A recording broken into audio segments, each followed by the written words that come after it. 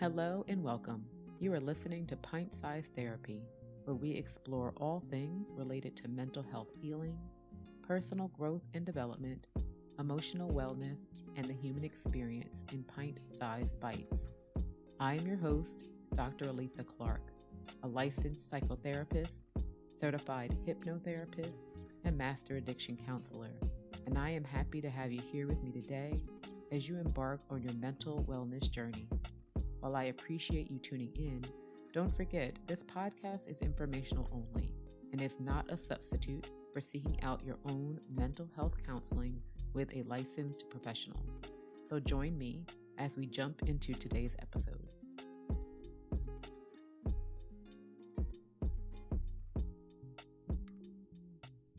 Hello, everyone, and welcome back.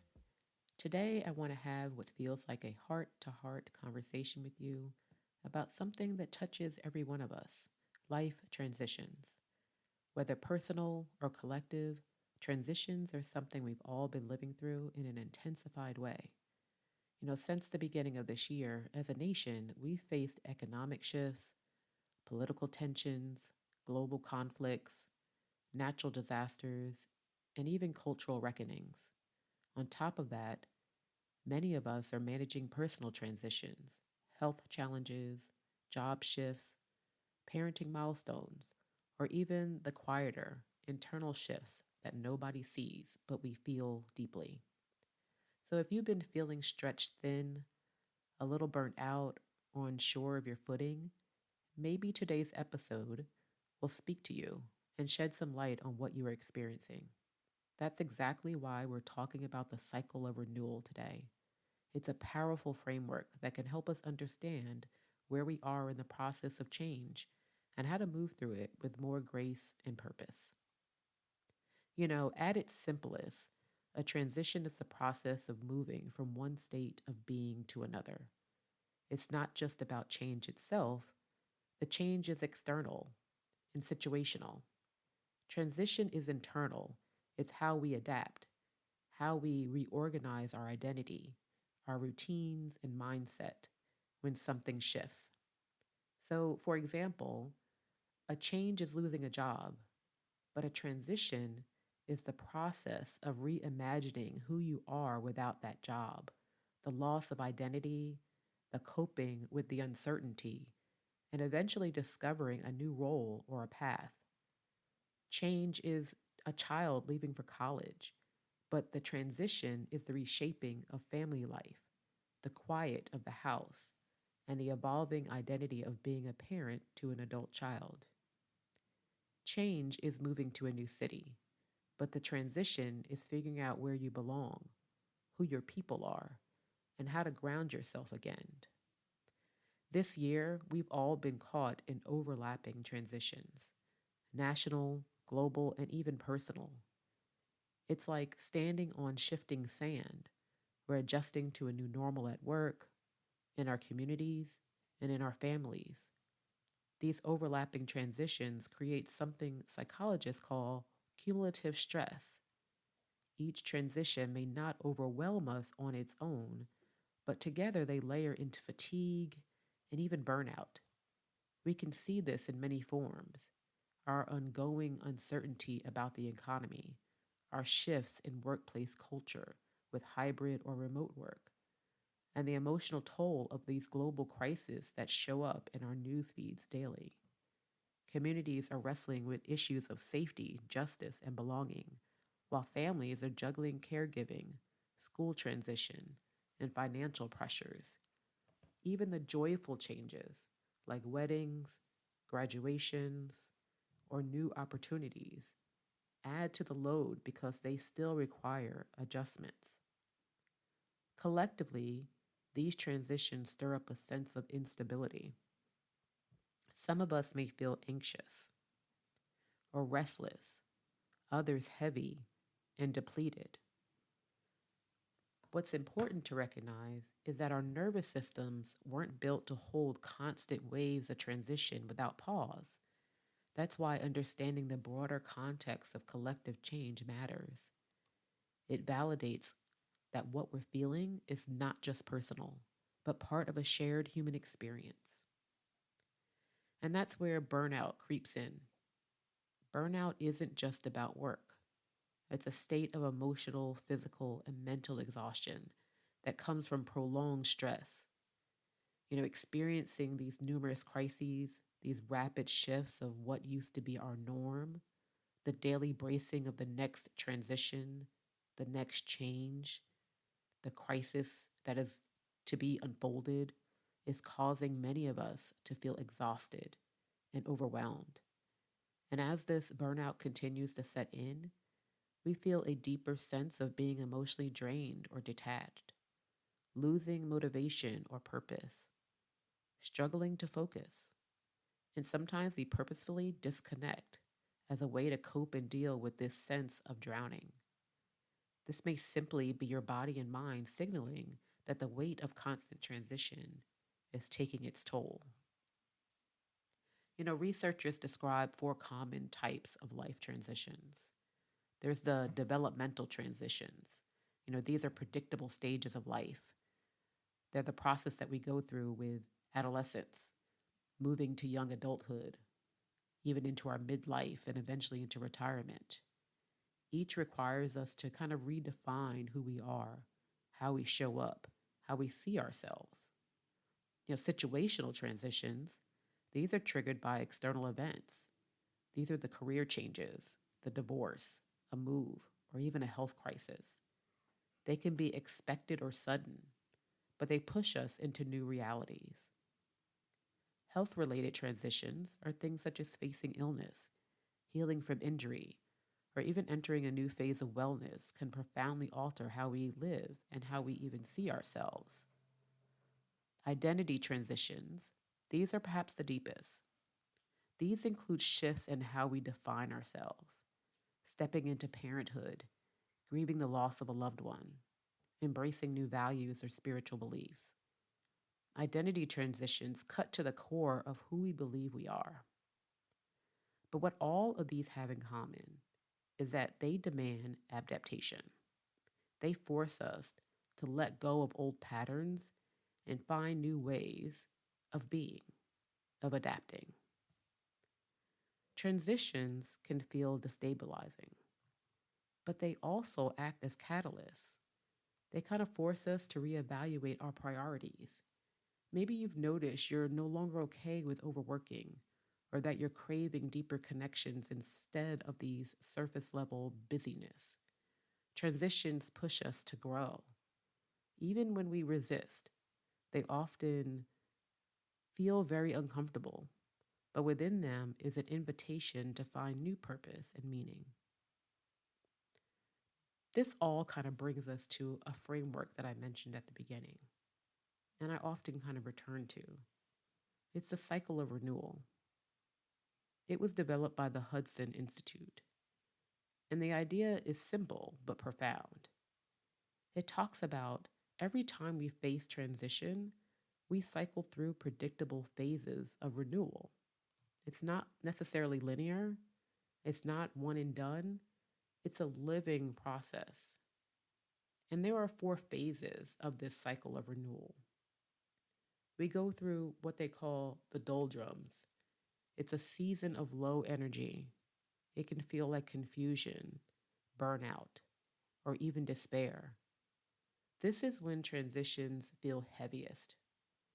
For example, it's when someone who just lost a long held job may feel paralyzed, unmotivated, and unsure of their worth. They might feel stuck in a fog where nothing seems to make sense. They enter into the next phase of cocooning. It's a turning inward, it's a withdrawal from the old routines where reflection and healing begin.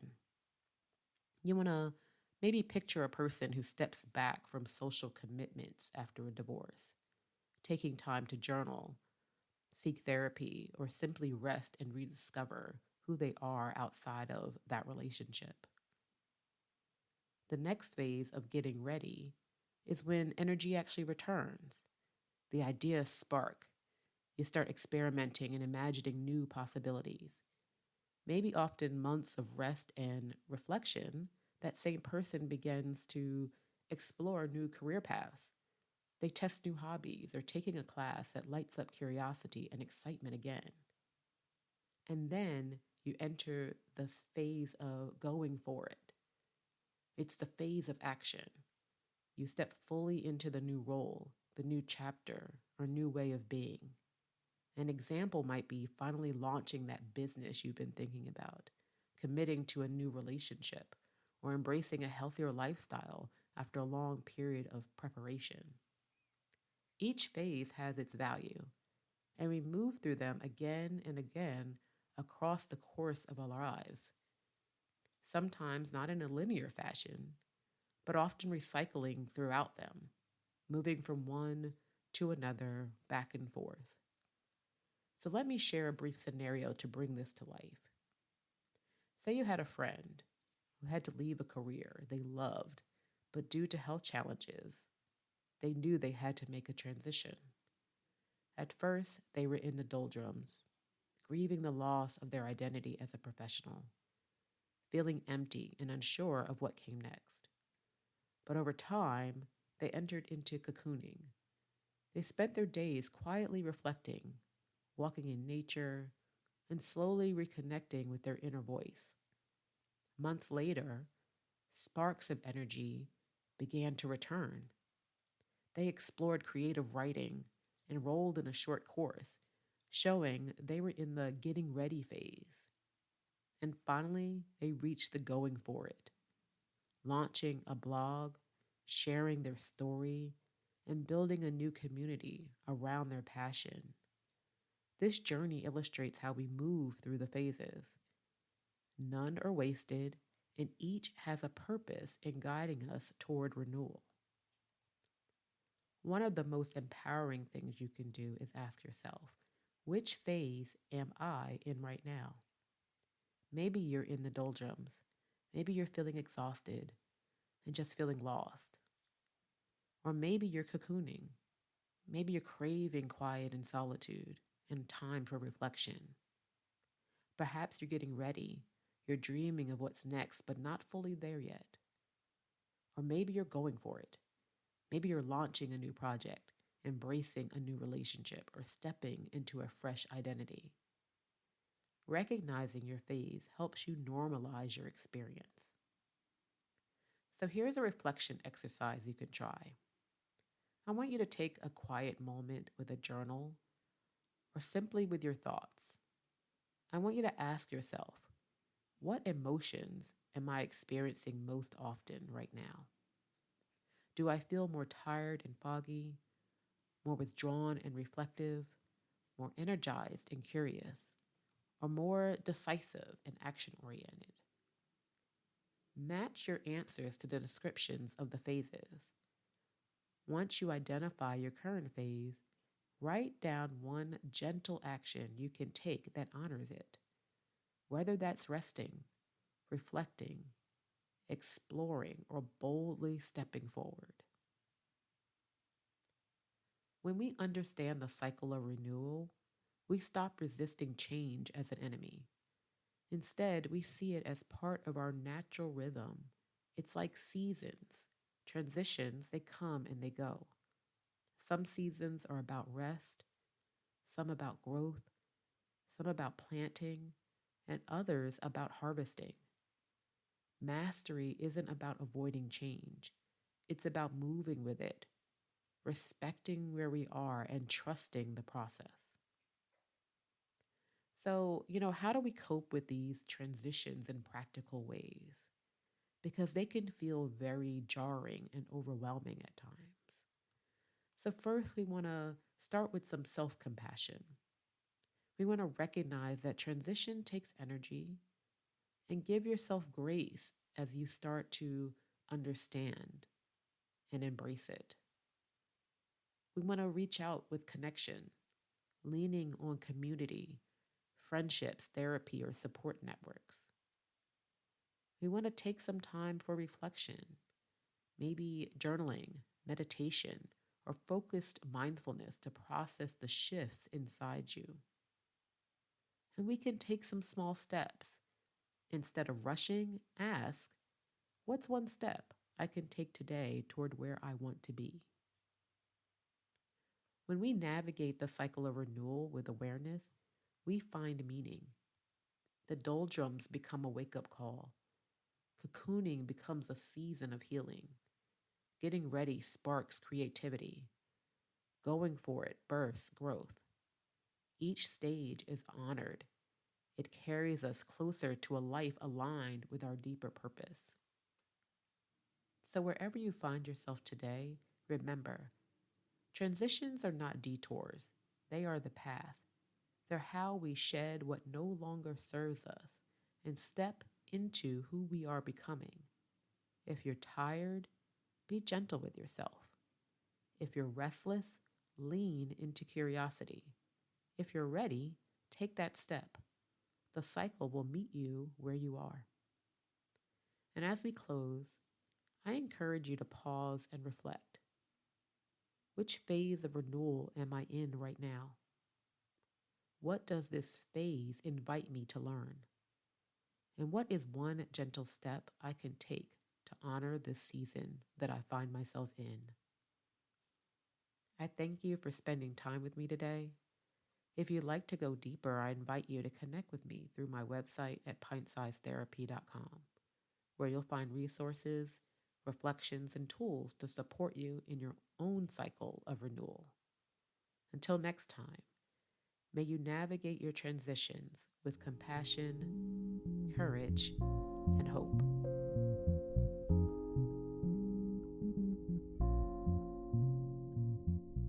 As always, thank you for joining me today on Pint Size Therapy.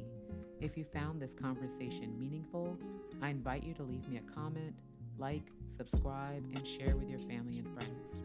Come visit my website at pintsizetherapy.com and my Etsy shop at pintsizetherapy.etsy.com, where you will find resources to accompany our various discussions and encourage you to continue your wellness journey. Once again, I am Dr. Aletha Clark. Until next time, remember to protect your peace and take care of your mental health.